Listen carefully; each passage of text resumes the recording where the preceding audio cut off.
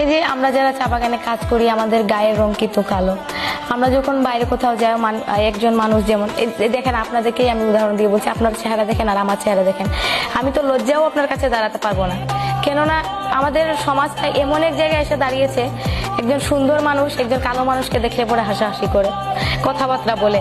মানে আমরা যখন বাইরের মানুষের সাথে কথা বলি, মানে আমাদের যদিও আমাদের দুঃখটা যদি আমরা প্রকাশ করতে চাই, মানে আমরা প্রকাশও করতে পারি না। কেননা একজন ওই মানুষ এত সুন্দর মানুষ, ওই মানুষ এত শিক্ষিত মানুষ, ওর কাছে গিয়ে আমি কিভাবে কথা বলবো?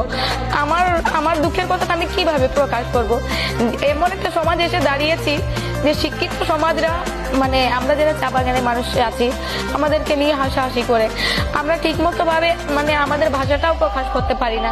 আমি যা কিছুটা পড়াশোনা করেছিলাম, তাই কিছুটা কথা বলতে পারছি, কিন্তু আমার যারা চা বাগানে মানুষ আছে, ওনারা চাইলেও কিন্তু কথা বলতে পারেন না। কেননা ওনাদের ভাষাটাই হচ্ছে